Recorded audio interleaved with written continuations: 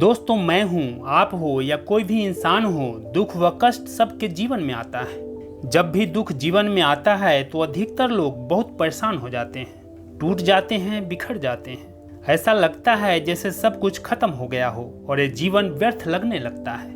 लेकिन क्या वास्तव में वो दुख इतना बड़ा होता है जितना हम उसे मान लेते हैं? आज मैं आपको एक ऐसी कहानी सुनाता हूँ जिसे सुनने और समझने के बाद आपको अपने सारे भ्रम मिट जाएंगे और आपको अपने जीवन का असली मकसद साफ नजर आ जाएगा। एक नगर में राजेश नाम का एक नौजवान लड़का था। वह अपने जीवन से बड़ा निराश था। उसकी निराशा का कारण यह था कि वह अभी तक कुछ नहीं करता था। उसके घर वाले उससे ताने मारते थे और कहते थे कि तुम्हारे साथ शिक्षा पूरी करने वाले सबके सब कामयाब हो गए और तू निकम्मा वहीं का वहीं रह गया। जब भी वह कहीं बाहर जाता तो लोग उससे पूछते कि तुम क्या करते हो। तब उसे यह कहने में बहुत शर्म महसूस होती थी कि वह अभी कुछ नहीं कर रहा, कुछ करने की कोशिश कर रहा है। धीरे धीरे राजेश लोगों से मुंह छुपाना शुरू कर दिया। उसका दुख इतना बड़ा था कि उसको लगता कि वह धरती पर बोझ है और कुछ भी करना उसके वश में नहीं है। वह कुछ कर ही नहीं सकता तो वह जीकर क्या करेगा, उसे तो मर जाना चाहिए। वह अकेले में बैठकर रोता और भगवान को दोष देता। एक दिन उसने नगर में एक महात्मा को देखा जो दुख के ऊपर अपना प्रवचन दे रहे थे।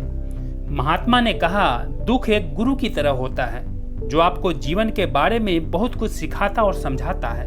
आप चाहें तो दुख रूपी गुरु से जीवन जीना सीख सकते हैं या फिर दुख में डूबकर बैठकर रो सकते हैं। राजेश भी यह बातें सुन रहा था। उसने महात्मा से कहा, दुख कुछ सिखाकर नहीं जाता बल्कि पीड़ा देकर जाता है। दुख की पीड़ा अनंत होती है। ऐसा लगता है कि इसके बाद कुछ नहीं मिलने वाला और कुछ नहीं होने वाला। मृत्यु भी उसके सामने कम लगती है। महात्मा ने पूछा, क्या दुख है तुम्हें? राजेश ने अपनी सारी परेशानी उस महात्मा को बताई और कहा, क्या मेरे दुख का आपके पास कोई समाधान है? महात्मा मुस्कुराए और फिर राजेश से कहा, जब तुम्हारे जीवन में असली दुख आए तब मेरे पास आना, मैं उसका समाधान अवश्य करूंगा। यह कहकर महात्मा वहां से चले गए। राजेश ने सोचा, क्या मेरा दुख असली नहीं है? क्या यह दुख जो मैं झेल रहा हूँ दुख नहीं है? कोई भी मेरे दिल का दर्द नहीं समझता। जब घर वाले नहीं समझते तो ये महात्मा क्या समझेंगे? अपने दुखों से परेशान होकर राजेश ने एक निर्णय लिया कि अब वह कुछ करके दिखाएगा। उसने एक छोटा सा व्यापार प्रारंभ किया। उसे उसके व्यापार में सफलता नहीं मिल रही थी, पर उसके घर वाले बहुत खुश थे कि वह कुछ तो प्रयास कर रहा है। धीरे धीरे उसे सफलता मिलने लगी और फिर उसने रफ्तार पकड़ ली। वह 2-3 वर्ष के भीतर ही एक बड़ा व्यापारी बन गया। अब राजेश के आसपास काफी लोग थे जो उसे पसंद करते थे, जो उसकी चिंता करते थे, जो उसके कार्यों की सराहना व प्रशंसा करते थे। उसके माता पिता भी अपने बेटे की प्रशंसा करते थकते नहीं थे। उसके मित्रों की संख्या दिन ब दिन बढ़ती जा रही थी और वह बहुत खुश था। पड़ोस के कुछ मित्रों ने उसे समझाया कि जब तुम बड़ा व्यापारी बनकर इतना खुश रह सकता है तो सोचो, अगर तुम इस नगर के, इस राज्य के सबसे बड़े व्यापारी बन जाओगे तो कितना सुख होगा तुम्हारे पास। कितने लोग तुमसे मिलना और जुड़ना चाहेंगे।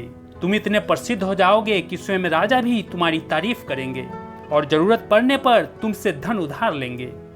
ये सारी बातें राजेश के मन में बैठ गई। अब वह और अधिक प्रयास करने लगा, लेकिन यह सब कुछ उसे बहुत जल्दी चाहिए था। ज्यादा समय इसमें वह बर्बाद नहीं करना चाहता था, इसलिए उसने ऐसे कार्य किए जो उचित नहीं थे। उसने बहुत बड़ी मात्रा में अपने मित्रों से धन उधार लिया। ज्यादा मुनाफा कमाने के चक्कर में अपने माल की गुणवत्ता खराब कर दी। उसके मित्र उसे जैसा समझाते गए वह वैसा करता गया। दूसरे व्यापारियों के खिलाफ षड्यंत्र भी रचे। अब उसके जीवन का सुकून कहीं चला गया था। उसे रातों को नींद नहीं आती थी। वह हमेशा कुछ उधेड़-बुन में लगा रहता था। सुख साधन की सारी वस्तुएं होने के बाद भी उसे किसी में सुख नहीं मिल रहा था। एक दिन राजेश अपने किसी काम से कहीं जा रहा था। रास्ते में उसने उस महात्मा का आश्रम देखा। वह गुरु के पास पहुंचा और कहा, गुरुदेव, आपने कहा था कि जब असली दुख हो तो मेरे पास आना। मेरे जीवन में बहुत दुख है, मैं रात को सो नहीं पाता हूँ। राजेश ने गुरु को अपनी सारी बातें बताई। गुरु ने कहा, जब तुम पहली बार मिले थे तब भी तुम किसी दुख में थे। उस दुख से तुमने क्या सीखा? राजेश ने कहा कि मैंने सीखा कि केवल सोचने मात्र से कुछ नहीं होता। अपनी सोच को साकार करने के लिए कर्म करना पड़ता है और केवल कर्म करने से कुछ नहीं होता। कर्म को अंतिम पड़ाव तक ले जाना आवश्यक होता है। चाहे रास्ते में कितनी भी बाधाएं आए, कितनी भी निराशा आए, चाहे ऐसा क्यों न लगे कि अब कुछ नहीं हो सकता, तब भी हार न मानना और निरंतर प्रयास करना, ये सोचकर कि जो कार्य मैं कर रहा हूँ मैं उसमें सफल होकर ही रहूँगा। लोग केवल सफल व्यक्ति को ही महत्व देते हैं, बाकी सब चाहे कोई कितना भी अच्छा क्यों न हो, इस दुनिया के लिए वो बोझ ही कहलाता है। गुरुजी मुस्कुराए और राजेश से कहा, जब तुम्हारे जीवन में असली दुख आए तब मेरे पास आना, मैं उसका समाधान अवश्य करूंगा। गुरु की बातें सुनकर राजेश आश्चर्यचकित रह गया और मन ही मन सोचने लगा कि मेरा ये दुख भी असली दुख नहीं है, ये असली दुख होता क्या है। फिर राजेश ने गुरु को एक घड़ा भेंट किया जो सोने के सिक्कों से भरा हुआ था। घड़े को देखकर गुरु ने कहा, इस घड़े को वहां उस पेड़ के नीचे गड्ढा खोद कर दबा दो, ये मेरे किसी काम का नहीं है। राजेश ने ऐसा ही किया और वहां से चला गया। धीरे धीरे राजेश को व्यापार में घाटा होने लगा। उसकी धन संपदा धीरे धीरे घटने लगी और एक समय ऐसा आया जब उसके ऊपर बहुत सारा कर्जा हो गया, पर वह बिल्कुल निश्चिंत था क्योंकि कर्जा उसके मित्रों द्वारा ही उसे दिया गया था। वह सोचता था कि उसके मित्र उसके बुरे समय में उसका साथ देंगे, पर ऐसा कुछ नहीं हुआ। सबसे पहले मित्रों ने ही अपना उधार धन मांगना शुरू कर दिया। ना देने पर जान से मारने तक की धमकी दी। उसके शुभचिंतक, उसके चाहने वाले सब उससे दूर हो गए। उसके पिता उसे उसकी गलतियां गिनवाने लगे। उसकी सारी संपत्ति नीलाम हो गई, उसके पास कुछ नहीं बचा। उसने अपने पिता से सहायता मांगी तो पिता ने कहा, मेरे पास संपत्ति के नाम पर एक छोटा सा घर बचा है, अगर मैं ये भी तुम्हें दे दूं तो मैं तुम्हारी माँ को कहाँ रखूंगा। हमारा आखिरी सहारा यही संपत्ति है। उसके जीवन में बहुत दुख था। उसके आसपास कोई भी ऐसा नहीं था जो उसे संभाल सके। लोगों से मिले इस धोखे की वजह से वह टूट गया था। लगता था कि जीने का कोई मतलब नहीं है, अब मृत्यु ही एकमात्र रास्ता है। वह मरने के लिए एक नदी की तरफ जा रहा था। तभी रास्ते में उसे याद आया कि गुरु ने कहा था कि जब उसके जीवन में असली दुख आए तो वह उनके पास आए और वह उनके दुखों का समाधान करेंगे। राजेश गुरु के पास गया और उनसे सारी बात बताई और कहा, गुरुदेव मेरे दुखों का समाधान कीजिए। गुरु ने कहा, जब तुम्हारे जीवन में असली दुख आए तब मेरे पास आना, मैं उसका समाधान अवश्य करूंगा। राजेश ने कहा, असली दुख होता क्या है गुरुदेव? क्या अब जो मेरे जीवन में घट रहा है वो दुख नहीं है? गुरु ने कहा, पहले यह बताओ कि तुमने अपने इस दुख से क्या सीखा है। राजेश ने कहा, जो लोग तुम्हारी तरक्की के साथ, तुम्हारी सफलता के साथ तुम्हारे साथ आए हैं वह तुम्हें धोखा देंगे, क्योंकि तुम्हारे बुरे समय में वह तुम्हारे साथ नहीं रहेंगे बल्कि तुम्हारा फायदा उठाएंगे। भरोसा केवल उन्हीं लोगों पर करना चाहिए जो तुम्हारे बुरे समय में, असफलता के समय में भी तुम्हारे साथ खड़े हो। और ऐसे लोग बहुत ही कम देखने को मिलते हैं। जिन्हें मिलते हैं उन्हें हमेशा उनकी कद्र करनी चाहिए। मैंने सीखा कि कभी किसी के खिलाफ षड्यंत्र नहीं करना चाहिए। ईमानदारी और धैर्य के साथ बिना लालच के काम करना चाहिए। गुरु ने पेड़ के नीचे से गड्ढा खोदकर घड़ा निकाला जिसमें सोने के सिक्के भरे थे और वह राजेश को दे दिया और कहा, जब असली दुख हो तभी आना। राजेश ने गुरु का धन्यवाद किया और उन्हें प्रणाम कर घड़ा लेकर चला गया। उस धन से उसने दोबारा व्यापार शुरू किया और अब वह छोटा सा व्यापारी बनकर भी खुश था और ईमानदारी से काम करते करते वह एक बड़ा व्यापारी भी बन गया। हालांकि इसमें उसे कुछ समय लगा, लेकिन अब वह खुश था। उसका जीवन खुशियों से भरा था। लेकिन आप कितने भी अच्छे हैं, कितना भी अच्छा काम करते हो, दान करते हो, पुण्य करते हो, लोगों की मदद करते हो, जीवन में दुख सबको आता ही है। तो राजेश के जीवन में भी दुख आया। उसके माता पिता की मृत्यु हो गई। वह दोनों एक ही दिन मृत्यु को प्राप्त हो गए। राजेश अपने माता पिता से बहुत प्रेम करता था, इसलिए उसे बहुत गहरा आघात लगा। वह उन्हें शमशान ले गया जहां पर उनकी अंतिम क्रिया की गई। राजेश ने उन्हें चिता में जलते हुए देखा। उसका मन बेचैन हो गया। उसके मन में हजारों सवाल खड़े हो गए। वह घर वापस आया तो उसने अपने माता पिता की संपत्ति को देखा, जिसके लिए वह हमेशा लड़ते रहते थे। आज वह लावारिस पड़ी थी। उसकी देखरेख करने वाले, उसके लिए लड़ने वाले चले गए थे। उसके पिता ने जो भी इकट्ठा किया था सब यहीं रखा था। एक दिन पहले तक भी वह अपनी संपत्ति के लिए किसी से भी लड़ने को तैयार थे, पर आज लावारिस पड़ा है। उसका मन बहुत बेचैन हो रहा था। लग रहा था जैसे कुछ खालीपन है, कुछ अकेलापन है, कुछ डर है, कुछ है जो समझ में नहीं आ रहा। इसलिए वह गुरु के पास पहुंचा। गुरु ने राजेश को देखते ही कहा, क्या कोई दुख है? राजेश ने कहा, जीवन में वैसे तो कोई दुख नहीं है गुरुदेव, सब ठीक है, सब सुख है, पर आज मेरे माता पिता की मृत्यु हो गई और मेरा मन बहुत दुखी है। गुरु ने कहा, इसमें दुखी होने वाली क्या बात है? एक दिन सबके प्रियजनों को मर जाना है। जीवित तो यहाँ कोई न रहा है और न कोई रहेगा। तुम भी एक दिन मर जाओगे। हो सकता है कल, या कहो आज, या कहो तो तुम अभी मर सकते हो। राजेश ने कहा, गुरुदेव आप यह क्या कह रहे हैं? मैं भी मर जाऊंगा, पर अभी तो मैं जवान हूँ। गुरु ने कहा, इस प्यारे से भ्रम में तो सब जीते हैं कि मृत्यु बूढ़ों को आती है, जबकि उनके सामने जवान मर जाते हैं, बच्चे मर जाते हैं। मृत्यु का किसी के उम्र से कोई लेना देना नहीं है।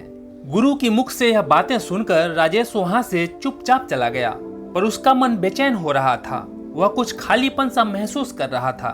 दिन रात वह अपने बारे में ही सोचता रहता कि वह कौन है, क्या कर रहा है, क्यों कर रहा है, हम करने के आए हैं। क्या बस चीजों का उपभोग करना है और मर जाना ही जीवन का असली मतलब होता है?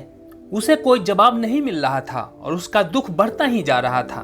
कुछ दिन बाद वह वापस गुरु के पास पहुंचा और गुरु को सारी बातें बताई।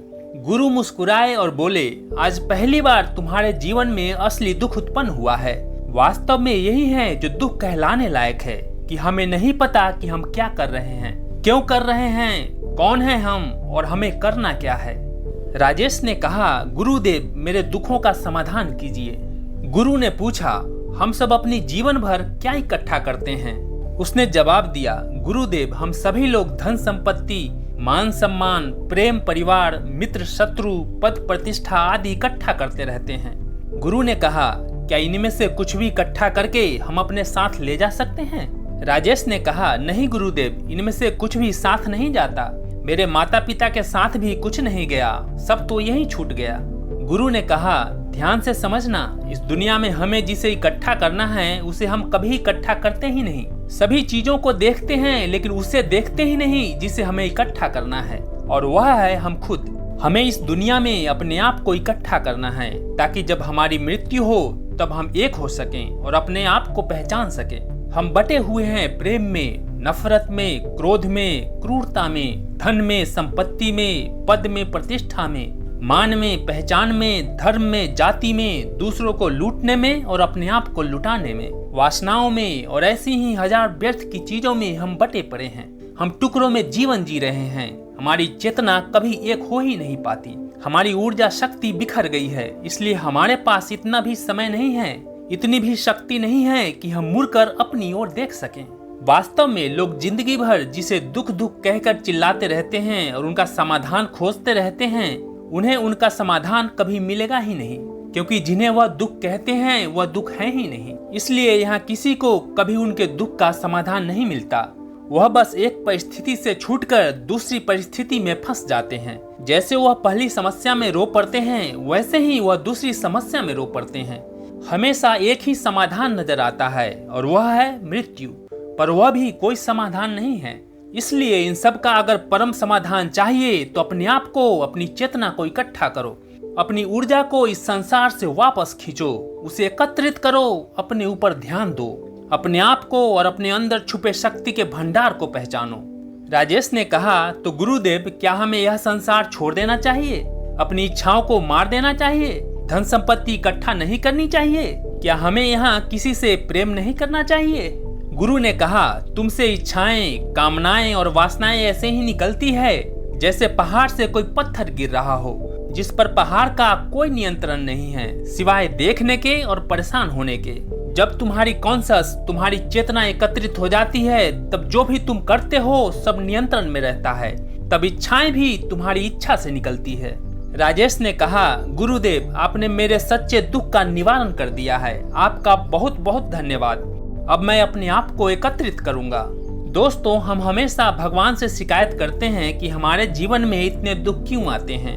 हम सभी के मन में ये सवाल उठता है और इसका जवाब ये है कि परमात्मा हमें उस सबसे बड़े दुख तक ले जाना चाहता है जहाँ पर हमें पता चल सके कि एक इंसान का असली दुख क्या है। और वो दुख है अपने आप को न पहचान पाना, अपने शक्तियों को न पहचान पाना, अपने आप को इकट्ठा न कर पाना, अपनी चेतना को एकत्रित न कर पाना और अपने आप पर नियंत्रण न कर पाना।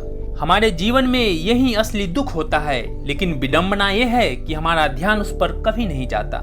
वास्तव में मानव शरीर में बहुत ऊर्जा है, बहुत शक्ति है, पर वह बेकार की चीजों में बट गई है, व्यर्थ की चीजों में लगी रहती है। यह ऐसे ही है जैसे एक शक्तिशाली मशीन किसी बच्चे के हाथ में दे दी गई हो, जिसे पता ही नहीं कि क्या करना है। ठीक वैसे ही आपने अपनी शक्ति को हजारों व्यर्थ की चीजों में चारों तरफ बिखेर रखी है। उसे एकत्रित करने का प्रयास करें।